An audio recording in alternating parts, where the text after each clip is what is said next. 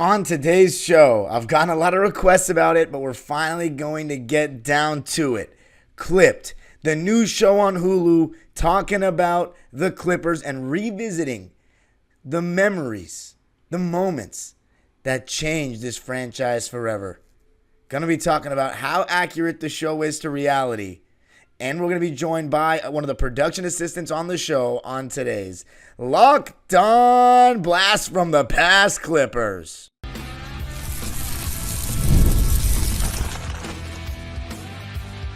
You are Locked On Clippers, your daily Los Angeles Clippers podcast. Part of the Locked On Podcast Network, your team every day. Yes, sir. You are locking in with the Clips. Thank you for making Locked On Clippers the first listen of your day, your team every day. I'm your host, Darian Vaziri, born and raised in LA. Just finished my 19th season as a Clipper fan. You can also follow me on Twitter and Instagram at DimeDropperPod and subscribe to my own YouTube channel, Dime Dropper, for even more LA Clipper, NBA, and LA sports content. And Locked On Clippers is free and available wherever you get your podcasts, including YouTube, where I want you to let me know all your thoughts about the show Clipped and what you thought of this episode. And in this episode, I'm going to be talking about everything in regards to Clipped, revisiting those memories, talking about how accurate the show is relative to reality. And then we're going to be joined by a friend of mine, an actual friend of mine that is a production assistant on the show that's going to be giving us a little bit more insight on it. So let's get into it. I've heard so many people ask me about, Dime, what do you think of Clipped? Darian, what do you think of Clipped? I mean, have you seen it yet? And let me just say, before I begin talking about anything, for those that don't know, there was a show on HBO last 2 years, Winning Time, based on the Showtime Lakers. And now, just about a year later, there's a show called Clipped that was initially going to be called The Sterling Affairs, that was based on a ESPN 30 for 30 podcast series about the whole Sterling affair and how the team ended up becoming Steve Ballmer's team and Donald Sterling was banned for life, blacklisted for life. So the fact that we, the LA Clippers, have an actual show with actors about us that the whole world can watch, it feels insane. Like, for a Clipper fan like me, who's been a fan for 19 years, since I was 7 years old, you know, since the 05-06 season, since that first game I went to in January of 2006 against the Suns, it's crazy to me how we went from the butt of jokes in movies to now we have a show about us. And even if it's for the wrong reasons, the ending is happy for Clipper fans. Because we went from having no chance of being a respected organization, a poverty organization, an organization that will never get close to winning an NBA title, who players never want to play for and stay on. That organization is no longer like that anymore. I'm the host of this podcast for an organization that has had 13 straight winning seasons now. 13 straight. Made the playoffs 10 of those 13 years, just 2018, 2022, no, just two of those years. We made it 11 out of the last 13 years. We would have never been able to do that in the Sterling era. So what ended up happening is actually the greatest thing that ended up happening to our franchise ever. And the fact that we have a show about us, man, it really just, it tells you how far we've come as an organization, that anybody would even want to make a show about the Clippers. And let me just say this. If this had happened to another organization and their team wasn't as compelling, I don't think they would have done a show on them. It's because it's LA. It's because we're the Clippers and we're the second team in LA, and it was major news at the time, and we had such an exciting team, and it happened in the middle of the playoffs, and now we have Ballmer. There's a reason why this show is being made. They think it could be entertaining. If this happened in Charlotte or like the Phoenix Suns situation with Matt Ishbia, no one's making a show about that. This was a special team that probably deserves a 30 for 30 or a soap opera in itself. And that's one thing that I'm going to talk about in the second segment, about the details that the show is revealing about Lob City that we've always wondered about as fans. But as far as the show itself, the initial aura or the initial feeling is like, there's really a show about our team, about the Clippers. Like, And they say we're irrelevant. All right. All right, we're irrelevant, sure. Yeah, right.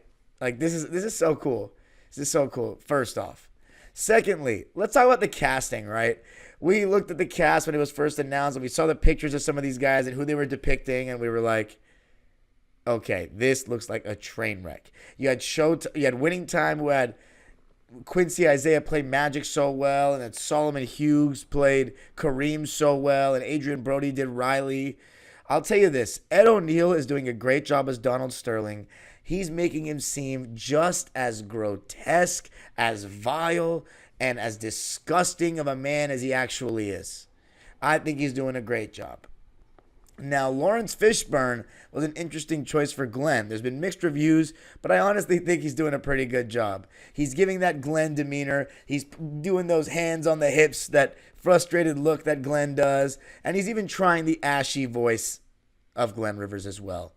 And it's kind of interesting. We're going to talk about it later with Stephanie, but he's kind of become the main character. He's kind of the star of the show here, Lawrence Fishburne, as Glenn Rivers. And the players were the ones that people were criticizing more of. I think the guy that plays Chris Paul, let me call him out by name because it's only right. Oh, wow. They're not letting me see his name right now. Okay. Give me 1 second. But what I was going to say about him was the guy that plays Chris Paul, he does a very good job with the voice. He does sound like Chris Paul. It's J. Alphonse Nicholson. So he's doing a great job with the voice, in my opinion. Has that suave, leadership-like tone of a Chris Paul. And then Austin Scott, who plays Blake Griffin. At first, I was like, yo, this guy looks like a straight-up like white dude, like a ginger white dude that doesn't have any black in him. I don't know if Austin Scott actually does or not, but I will say the way he talks reminds me a lot of Blake. It does remind me a lot of Blake. Because people don't know, like if people have never seen Blake Griffin's parents, his mom is a white redhead and his dad is black. So, thus creating Blake Griffin. But when you watch that guy, I don't know. He might be. I don't know anything about Austin Scott. But at first, when everybody saw they were like, that guy's playing Blake. That guy's playing Blake. But I will say, I think he does a pretty good job with the voice. A lot of the stuff he says reminds me of Blake. And then you've got the other supporting characters, the guys that play Darren Collison, Matt Barnes, DeAndre Jordan, JJ Redick. I think it's all good. I don't have a problem with it. I think it's turned out actually better than I expected. But coming up, the most important thing, what they're actually depicting, the events that they are showing, what does it mean to see those in this setting, and what are they revealing that we didn't know before? Going to be talking about that coming up.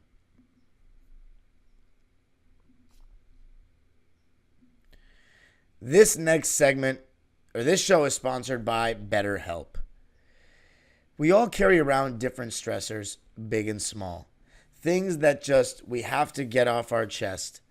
When we keep them bottled up, it can start to affect us negatively. Therapy is a safe space to get things off your chest and to figure out how to work through whatever's might be weighing you down. I've done therapy before at times, when I was in my early school days, elementary school, and I needed someone to talk to, felt frustrated, and it helped. It definitely helped. And if you're thinking of starting therapy to help yourself, give BetterHelp a try. It's entirely online, designed to be convenient, flexible, and suited to your schedule. Just fill out a brief questionnaire to get matched with a licensed therapist and switch therapists anytime for no additional charge. Get it off your chest with BetterHelp. Visit BetterHelp.com/LockedOnNBA today to get 10% off your first month. That's BetterHelp. BetterHelp.com/LockedOnNBA.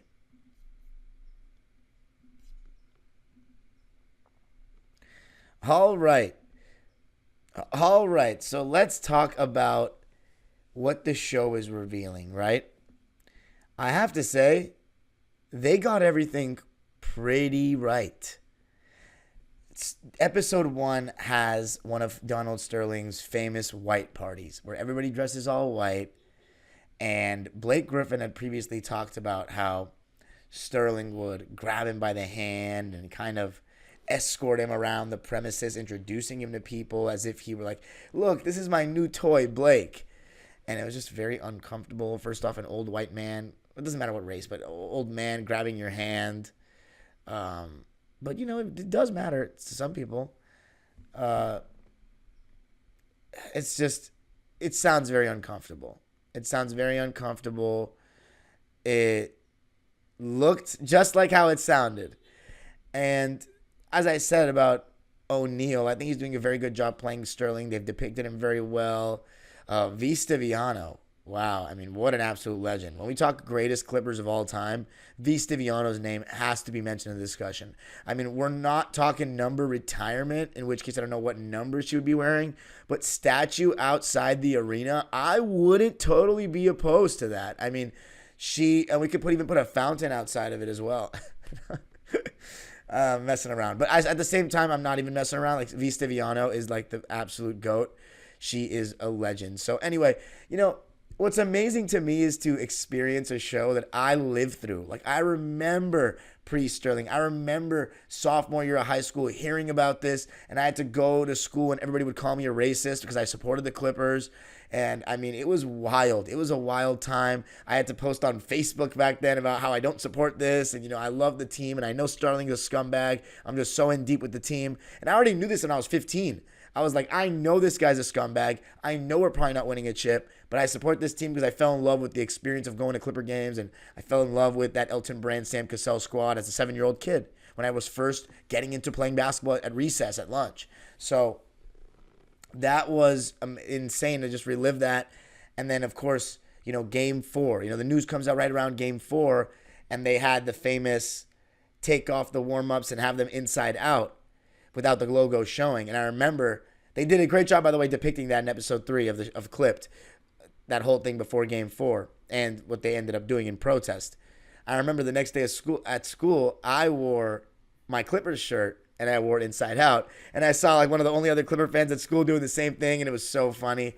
That was a great moment. So it was, being a Clipper fan back in the 2000s, the 2010s or the 2000s in a school in LA, you were one of the few. You were outnumbered, and it was an experience. So as far as what other events that I think were really well depicted, I mean, the whole relationship between V. Stiviano and Donald Sterling, I love the way that was depicted. It felt like that was actually what it was probably like.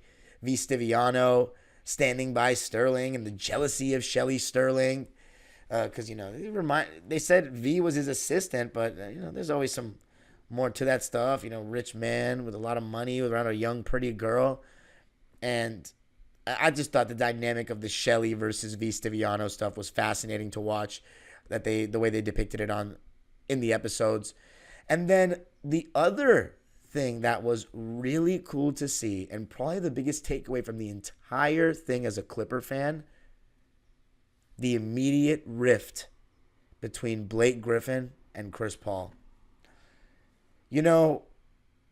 When Chris Paul and Blake Griffin came together, we saw before they even played a game, Blake Griffin and DeAndre Jordan celebrating and saying, it's going to be Lob City, and, jumping into each other, right? That famous clip outside the practice facility. At least I think that's where it was. And they had some of the best chemistry in the league. CP3 and Blake, outside of maybe Tony Parker and Tim Duncan, was probably the best pick and roll combination in the NBA. And in 2014 and 15, once Blake really had that pick and pop jumper from 18 feet away, it was like impossible to play drop coverage on CP3 at that point. And then every time you blitz CP3, he would just throw it, and then Blake would be in a short roll situation where he was amazing. CP3 and DJ, when people were in drop coverage, CP3 would torch you in the mid-range. If you stepped up enough, he would throw that lob to DJ. You had shooters and JJ and Matt Barnes spreading the floor. It was so hard to guard that action, and they were so great together on the floor. But then after Blake Griffin punched the trainer and had those injuries in 2016, it never felt the same. It never felt like we could muster that momentum that we had in 2013, 14, and 15 with Lob City. It felt like we were always interrupted by injuries. It felt like even when we were fully healthy, we weren't rolling on all cylinders. It didn't look like the team was having as much fun. And it even felt like the fans that kind of lost that wow factor. Not wow factor, but it seemed like people were thinking, I don't know if we could win the championship with this team. I thought that the rift came really after the punching of the trainer incident. And from everything I've heard, it did make a lot of people lose respect for Blake. But something I found out years later, because everybody knows that Blake and CP3 didn't get along. We just don't know exactly when. But Blake Griffin actually told somebody I know personally that worked at a juice spot that he used to always go to, that he would chat up with him, chop it up with him a couple times, and said, "Yo, like, I don't remember. So he asked something about Chris Paul and stuff like that, and he just said, we never effed with each other. We never really effed with each other. That's what he told my friend. So Blake and Chris Paul, they never really saw eye to eye from the jump. Of course, that didn't stop them from being an incredible duo on the court. And in those first, 4 years of the team, you could not tell there was any chemistry issues behind the scenes. They were playing so connected, an amazing brand of ball. And, then after the team breaks up, you hear all these stories from Austin Rivers, from Glenn Rivers, from Matt Barnes, and JJ saying that, Chris and Blake, they never saw eye to eye about whose team it was. And man, that's just crazy, the egos being involved. I don't know how much that actually held us back from winning anything, because to me, is the ego reason why Chris Paul basically sold Game 5 in the second round against the Thunder, why he tried to foul bait, committed a foul on Russell Westbrook late in the game? Was that because of chemistry? I don't think so. When we lost to Houston, I mean, maybe you could argue having better chemistry would have made us more prepared for adversity, a team coming back from 3-1 down against us, but we had 1 quarter to win. We already did the work for 3 quarters. We had 1 quarter to finish the job and not get destroyed. And Blake Griffin, DeAndre Jordan, and everyone did not perform. So at the end of the day, I don't know how much the chemistry held us back, but I will say this. It's hard to win a championship when the team doesn't love each other. At least have respect for one another. And I don't know how much there really was. It sounds like Blake Griffin was annoyed hearing Chris Paul talk. And Glenn Big Baby Davis said, kind of hinted at this. Chris Paul, he doesn't rub everyone the right way. And after all these years of hearing people talk about Chris Paul, we know some people love him. Some people grow tired of him. Because he talks to people a certain way because he wants to win so bad. And he believes that, everybody needs to win. Everybody needs to want to win the way he wants to win. And not everybody's like that. And he's not an MJ. He is not Dwayne Wade. He is not Kobe Bryant. He's not LeBron. He's not Oscar Robertson. He can't talk to certain people a certain way and think that they will just respect it because he's CP3. They'll be like, okay, you're one of the best point guards of all time. So what? So what? You're not dropping 30 a night. You're not taking your team to the championship. That's how they're thinking, I'm saying. And then in Blake Griffin's case, he was the one that kind of revived the whole franchise. He's the one that got asses back in the seats in 2011, but CP3 is the one that made us a winning team. And that's not to be understated. Because, let's say we do end up getting Kyrie Irving. Okay, Kyrie Irving and Blake Griffin probably would have ended up being a playoff team. But would we have reached the heights that Lob City did? Would we have thrived as quickly as Lob City did? Because the first year of Lob City would have been Kyrie's rookie year. I don't know if we would have immediately made the playoffs. And CP3 was just a better number 1 option than Kyrie Irving showed to be. And that's not even debatable. But that's the takeaway to me is, man, CP3 and Blake were rifting from the start. And they do a great job capturing that in Clipped. Talking about whose team it is, all that.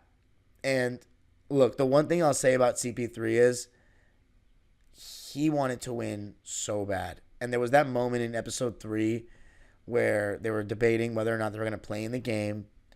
And he was crying, saying how much he wanted this ring.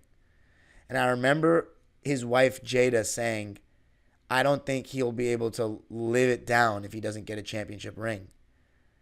And that's crazy to hear, just thinking all these years later, he still doesn't have one, and he's probably not going to retire with one. But I remember the one thing, you have to say about Chris Paul, the one thing you cannot take away from him is how badly he wanted to win. And how every time he put on the Clipper uniform, to me, he always gave it his all. The one game you can kind of question, maybe he didn't give as much as you thought he would give, was Game 7 against the Jazz. His last game as a Clipper where we didn't have Blake Griffin. It was out with injury, with that toe injury, and we just didn't have enough. And again, CP3 is a 6-footer that you're relying on to be your leading scorer. I mean, it's not a great strategy to win a playoff series. And your next best scorer is what? Jamal Crawford. I thank Chris Paul for everything that he did for the Clippers. He was part of the time that changed our franchise, and for the weirdos stands that try to make it seem like he didn't do anything that special. You guys had never made it out of the second round when he came, and you never made it out of the second round after he left. That is a very silly, stupid way to look at things. You have no context of how it felt to be in the moment and what the consistent winning did. We never made it to the playoffs 3 years in a row. We never have consecutive winning seasons like that. We never had 30-plus games on national television every year. We didn't have a sellout streak. We weren't respected like that. We didn't have teams come to town and say, oh, man, we better play well. We're going to get beaten by 20. It wasn't like that. We had an all-NBA player year in, year out that chose to re-sign with us. I'll always thank Chris Paul forever, and especially because I was a point guard growing up. We got to see the best point guard, or arguably the best point guard in the league for many years, and I got to watch and learn from him. And even though I picked up some of the negatives as well, it was a blessing. And again, it sucks that Chris Paul and Blake Griffin never saw eye to eye. What could have been had they? I don't know. But it's cool to see all that depicted and clipped, and it's cool to see how they felt about Sterling and the TMZ recording that changed our lives and got us Steve Ballmer. So interested to see the coming episodes. But coming up, going to be joined by my friend Stephanie, who was a production assistant for the show, to give us more insight on how it was made, how they did the basketball scenes, and some interesting stuff from some of the actors on set. Going to be talking about that coming up. I got to tell you a little something about FanDuel, America's #1 sports book. Right now, it's the NBA Finals, but also summertime means baseball and more. And you can bet it all on FanDuel. Right now, new customers get $200 in bonus bets with any winning $5 bet. That's $200 you can use to bet everything from the Finals MVP to who's going to hit one out of the park. Visit FanDuel.com/lockedon and add a big win to your summer bucket list. FanDuel, America's #1 sports book. What you got for games 3 and 4 of the NBA Finals? You know what? I think Dallas is definitely going to win one of them at least, if not both. Kristaps Porzingis will not be playing. So go to FanDuel and place a bet on the Mavs to win one of these games at least. FanDuel, America's #1 sports book. Joining me now is a friend of mine that I never thought I would be bringing on Locked On Clippers of all shows. But Stephanie Girding, my friend, she got to actually be a production assistant for Clips. So I was hoping she could give us some insight on, the makings of the show. So Stephanie, thanks for joining me on Locked On Clippers, and just tell everybody your briefly your role on the show. Yeah, thanks so much for having me. So I was a set production assistant on the show Clipped, which actually started out as being called The Sterling Affairs because it's based off of the podcast called The Sterling Affairs. But they changed it to Clipped when they actually came out with the show on Hulu. I worked on it for a few months. I want to say it was like 3 months. We filmed a lot in LA, Santa Clarita area, studios there, and some days we were up in the stadium right by Disneyland to kind of recreate the Clippers and the games there. So it was a really fun experience. It was a lot of work. We had a lot of basketball players that were actors on the show. So dealing with all of that and doing a lot of photo shoots as well, a lot of promo videos, especially since it was based off of a podcast. So there were a lot of people coming in to make sure that it was accurate and that the story was being told in the correct way. So it was really cool. So you're saying that they filmed at are you saying like the Honda Center in Anaheim? Yes. Wow. Okay. Because the Winning Time show, they filmed everything in like Warner Brothers Studios. They recreated all those. Mm-hmm. I didn't even know that you guys used an actual stadium. That's very interesting. Yeah, we did. And it was cool because we had access to the whole stadium and all of the lights and electronics and everything. So it was a fun time. We had it all to ourselves. So when did you guys start filming? We started filming basically before the holidays. I want to say it was around like end of August, beginning of September. And then we wrapped the show beginning of February. And Okay. this was right before the strike happened. So this was we wrapped like right before the strike in 2023. So Okay. So ended around February 2023. Mhm. So everything had been filmed for like over a year, basically, you're saying. Yep, pretty much. How do you feel like it's come out, like from somebody who was actually on the set? Like how is the finished product? I mean, I really didn't know how it was gonna turn out. But I watched the first two episodes and I thought it was pretty good. Like I never, working on shows a lot, I never really have high hopes until I watch it. Because sometimes it can be good, sometimes it can be bad, but I enjoyed it. And I think the end of the second episode really kind of left viewers like wanting to know the drama. So Yeah, you talked about the second oh sorry, the podcast where I'm sorry, the show is based off of the podcast. I still haven't listened to them and I have to, but you're telling me because like the Winning Time show, there was a lot of it was real, but some of it was exaggerated or dramatized. So you're Mhm. saying there was no real like was there any dramatization here? Or was they tried to get every detail on point? I mean, there was definitely, I mean, it is a show. So there was definitely parts I'm sure that were a little bit dramatized. I did listen to the podcast. So, as far as the hard facts and information and the things that actually happened, they tried to keep it pretty similar to the podcast, but every show is gonna dramatize a little bit. Yeah, because I've said so far though, from everything I've seen, this is a lot of what I heard was going on in real time. Mhm. Some of the like the sequences of events, the taking off of the warm ups, all that stuff was real, and it's bringing back so many memories for me and probably so many Clipper fans. It is amazing at this to see a production being made on something that I actually lived through, something that I lived Yeah. through and was a part of. And I remember being at some of these games that are being, recreated. I was literally at game 2 of the 2014 first round. Let me Wow. ask, how was the atmosphere on set? Like, any actors that stood out or because people always talk about, oh, this guy's, it's really interesting to see him in action, that kind of thing. Yeah, no, it was cool. I mean, especially because we not only did we have a full like first team, which first team is another word for cast, basically. We had a whole basketball team that was our cast. It wasn't just background extras, like it was all cast. So they were there a lot. And they were all amazing to work with. Lawrence Fishburne, he's awesome. He commands the room, which is really cool. So he gets down to business, but he's a very, very friendly guy. And Ed O'Neill, like we had a lot of big names, but it was a very nice and respectful set, which I appreciated. And they were all just in it to make it as good and as accurate as possible. And I know Lawrence put in a lot of work to really bring Doc Rivers out. Yeah, he's been like the main character so far. At first, when they were cast and people saw the pictures of them all, they were like, they didn't think that they looked much like him. But some of them that may have not necessarily looked like the guys they're playing sound like the guys they're playing. So I've been pleasantly surprised by that.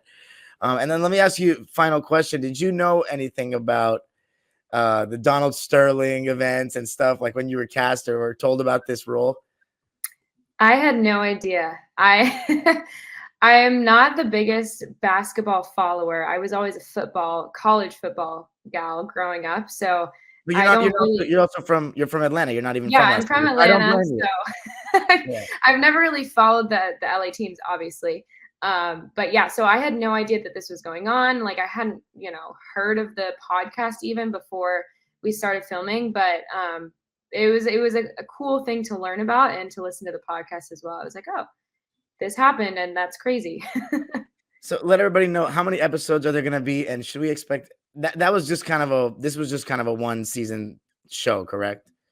I'm actually not sure. I mean, I think it's supposed to be one season. You never know. Like they never really tell you anything when you work on these shows. They're like, oh, like it's the first season and that's all we know. So I mean, since it is based on a podcast, like it seems like it could be a one season thing, but if it's popular enough, they could always twist it into being more seasons. I believe it's supposed to be a normal kind of like 8 episode season run.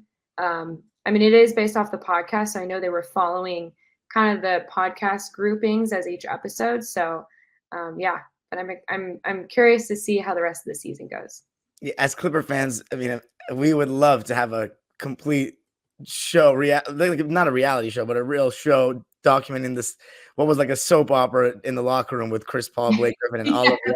all of the Lob City Clips. We would love that. Any more Clipper content is amazing for us. The fact that we're even seeing stuff made on the Clippers from where we once were, and that's something that the show does a solid job of depicting, is in the beginning, first couple episodes, what the Clippers were as an organization, largely because of Donald Sterling. But the fact that I'm even getting to watch a production on my favorite team is amazing. So, Stephanie, thanks so much for joining. This was awesome. Thanks so much for giving us some insight on Clipped. Yeah, of course. Thanks for having me. Hope you enjoyed the feature from Stephanie and this episode of Locked On Clippers. You already know the drill. You can follow me on Twitter and Instagram at DimeDropperPod. Subscribe to my own YouTube channel, Dime Dropper, for even more NBA and LA Clipper and LA sports content. I'm still talking about all the finals games over there, and I'll be making off-season content all season long, all off-season long. And of course, you can follow us or subscribe to us right here on YouTube. You can get this wherever you listen to your podcasts. Hit the notification bell so you know every single time we post a video right here on All Things LA Clippers. Let me know what you think of Clip. Let me know what you think of the episode. The age-old proverb continues. Go Clippers.